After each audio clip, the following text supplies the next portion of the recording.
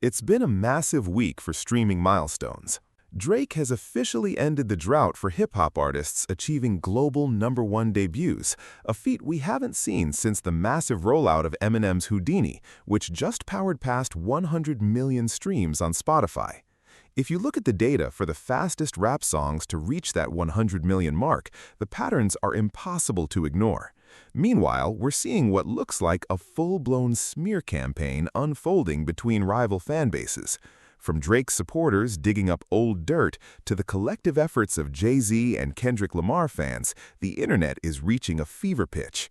A few viral clips are currently putting Drake's camp on the defensive, specifically those questioning why his recent vocal delivery sounds so reminiscent of a Kardashian. On the legacy side, even 25 years later, Eminem's verse on Renegade seems to sting certain rap purists more than Ether ever did. It's a weekly ritual at this point. Someone on social media is venting about how a certain mogul supposedly got away with it on that track. Elsewhere, the New York Times is feeling the heat from their own readers after their list of the 30 greatest American songwriters sparked an immediate backlash. Plus, Rick Ross is still out here, seemingly improvising his own narrative on why he's currently feuding with Drake. Before we jump into the details, hit that like button and subscribe for more daily updates, especially to the 35% of you who keep coming back to watch but haven't hit that subscribe button yet. If you're here every day, do us a favor and join the community by subscribing and dropping a comment below. Starting with the New York Times, their recent list of the 30 greatest American songwriters felt like a calculated attempt to stir up controversy.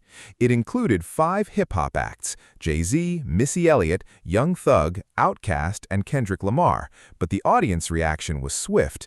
The public consensus is clear. The readers' own rankings were far superior to the so-called professional critics. In a poll of 25,000 readers, the list featured Kendrick Lamar, Eminem, Jay-Z, Outkast, Kanye West, and Lauryn Hill. While it might not be perfect, it's a massive upgrade from the version that lost all credibility the second Young Thug's name appeared.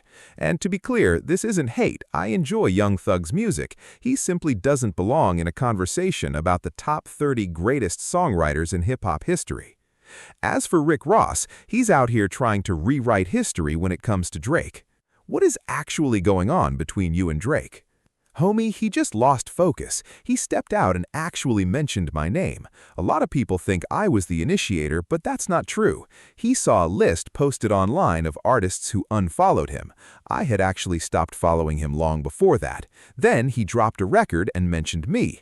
I was honestly hoping it was AI, but since it wasn't, I did what I do best. You have to chastise the opponent sometimes, and that's what I've been doing. It's been pretty fun. But let's set the record straight. Before Drake ever called him out on push-ups, Rick Ross was already on Instagram stories trolling Drake the moment the battle heated up. Drake wasn't the one who started this. He was simply responding to the antics Ross had been posting for weeks. Fans have been quick to point out how inconsistent Ross's explanation is. If you recall, he initially claimed the tension started because Drake allegedly slighted French Montana over reverse clearance. Now his story has shifted entirely to this new narrative. It seems like the only thing both sides can agree on is that this situation is far from over. He kind of lost focus. He stepped out there. He actually mentioned my name. There's so many people that feel Rose was the initiator. No, it wasn't. You know, he took a list that was posted online that said artists that unfollowed him. I had actually been not following Drake before that. And so he put out a record. And I was hoping it was AI when he put out a record and mentioned my name. And that's when Ricky Rose do what I do best. You know, you got to chastise, you know, the opponent sometimes. And that's what I did. And I've been enjoying it. It's pretty fun. Adding to the fire, a highly viral video has surfaced that frames Drake as anti-black, racking up millions of views in mere hours. It's a throwback clip featuring the Jewish-Canadian rapper candidly discussing his deep-seated disdain for black culture while hanging out with his original group of white friends at a kosher deli. It's a moment that has social media in a frenzy, signaled by all those wide-eyed and flush face emojis flooding the comments. was candlelight, it was really dark, really romantic. Got to know them much better, so it was fun. Do you have like your words up there that like are kind of funky and weird? The guys at our school, instead of addressing people like the group, like saying like, what are you guys doing? Say man's like you. It's really weird. Yeah, so man's like you are going to that, and then just means like the group. Crew. That's interesting. It's not. It's really ignorant. What about rude? That's rude. No. That's a good thing. That's fat. That's dope. Yeah, I get that. But these are old school, like. Yeah, it was our old school. I don't want chocolate back. No. Yeah, that's true. You see that's hot. You see that a lot. Now, while the caption on that video is unequivocally misleading, it has sparked some intense reactions. One viral comment read, "Hip-hop Drake is nothing more than a character he's playing," followed by a laughing emoji. Naturally, Drake's supporters fired back, arguing, "So are you suggesting that people can't change or grow through their own life experiences and influences? That's ironic, considering this is the same person you all constantly criticize for allegedly failing to do those things. Clearly, he simply evolved into the artist we know today." It's a compelling debate. What are your thoughts on the matter? And just like that, another way— Because it was like somebody I looked up to at one point.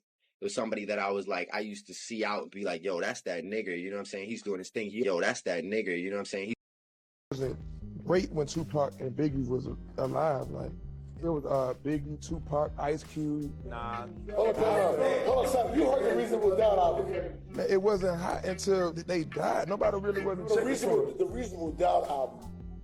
No, it's flames. It's hard. Like it's a classic. But I'm saying at that time, Stout, in 96 when Reasonable Doubt came out, it came out to a lackluster beginning. It's like your classic album. They always go back for your classic album. You know what I'm saying? When Nas dropped his first album, it was great then. Like when I Ruled the World came. That Future video really brought the critics out for Jay-Z, but it's worth remembering that Jay-Z was just getting his start back then. And there's plenty more to unpack regarding what reportedly went down behind the scenes before Dr. Dre's iconic Super Bowl halftime show. As it turns out, the show almost didn't happen as planned. Snoop Dogg revealed that Jay-Z, in his role as the NFL's official live music entertainment strategist, actually had to fight to keep the performance on the table. There was a real moment where the vision for that historic set was almost thwarted by league officials, and Jay-Z reportedly made it clear he was ready to step away from his partnership with the NFL if they didn't allow Dr. Dre's show to proceed as envisioned. Eminem, that he didn't want you to perform part of that Super Bowl they had a couple years ago. Why do you think that is? I wasn't in the ad because of Jay-Z and them was putting it together. So I think they still harbor some energy towards me. The white guy called for 50 Cent. Eminem called directly. That's his guy. He said, I can't do it if I can't break 50 up. But that's his guy. Did you and Jay-Z ever have a conversation, or y'all in different offices as far as like? We don't need to talk about nothing. They didn't want you on the Super Bowl. You still come. Because they really didn't want you on the Super Bowl. No, he didn't want me. I'm happy everything's. And this reaction is intense. It seems like every news story about Jay-Z only fuels the narrative that he's deeply insecure, as if $1 billion doesn't change a thing. Just ask Bill Gates. It's no secret that a segment of the public views both him and Jay-Z as problematic. And even though it's been 25 years since Renegade, a quarter-century later, the debate shows no signs of slowing down. This topic absolutely exploded on X hours ago, with one post claiming, "Eminem did not wash Jay-Z on Renegade, y'all just have no racial self-esteem."